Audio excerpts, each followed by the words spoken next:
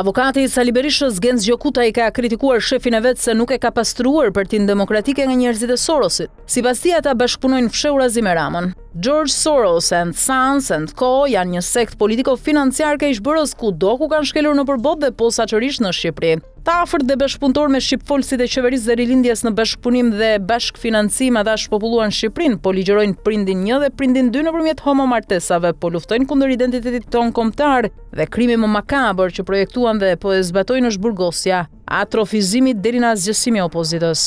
Kjo platformë e Soros nuk mund të realizojë pa kontributin e sorosianëve këtu në Shqipëri. Me ardhjen në pushtet Ramës dhe rilindjes sorosiane dolën nga muret e fondacionit dhe hyrën në qeveri, por mbetje të tyre i gjen fatkeqësisht sot edhe në opozit. Desorosifikimi i shoqërisë shqiptare është një plan perspektivi i cili kërkon domosdoshmërisht rotacion politik. Por desorosifikimi i opozitës dhe posaçërisht i PD-s është plan emergjent pasi zgjedhjet e Tiranës nuk presin dhe nuk durojnë dot asnjë firo. Pastrimi i shtëpisë i detyre caktuar nga lideri Berisha ditën e lirimit të tij nga arresti sorosian po ecën ngadalë për të mos thënë fare. Kjo ndodh në një kohë kur aleati ynë strategjik konservator, presidenti Trump dhe SBA kanë filluar pastrimin ligjor dhe praktik të shtëpisë së tyre nga tumori Soros. Ndërsa në Tiranë po miratohet ligji prindi 1 dhe prindi 2. Të nderuar demokrat, vetë deklarimi i pjesëmarrjes në Fondacionin Shoqëria e Hapur të George Soros duhet kthehet në obligim për çdo antar dhe simpatizant të opozitës dhe PD-s. E lëre pastaj për kandidatët e saj në nivel qendror apo lokal. Nëse nuk bëjmë këtë shtëpinë tonë opozitare, do ta lëmë pa pastruar. E midis atij pislëku nuk do të na hyj kërkush në dera si huaj e as shqiptar, madje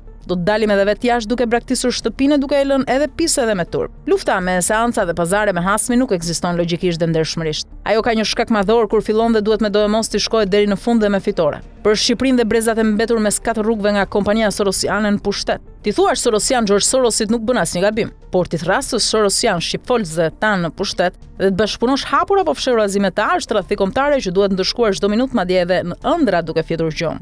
Ndryshe lodhemi kot. Përfundon Gjokutaj.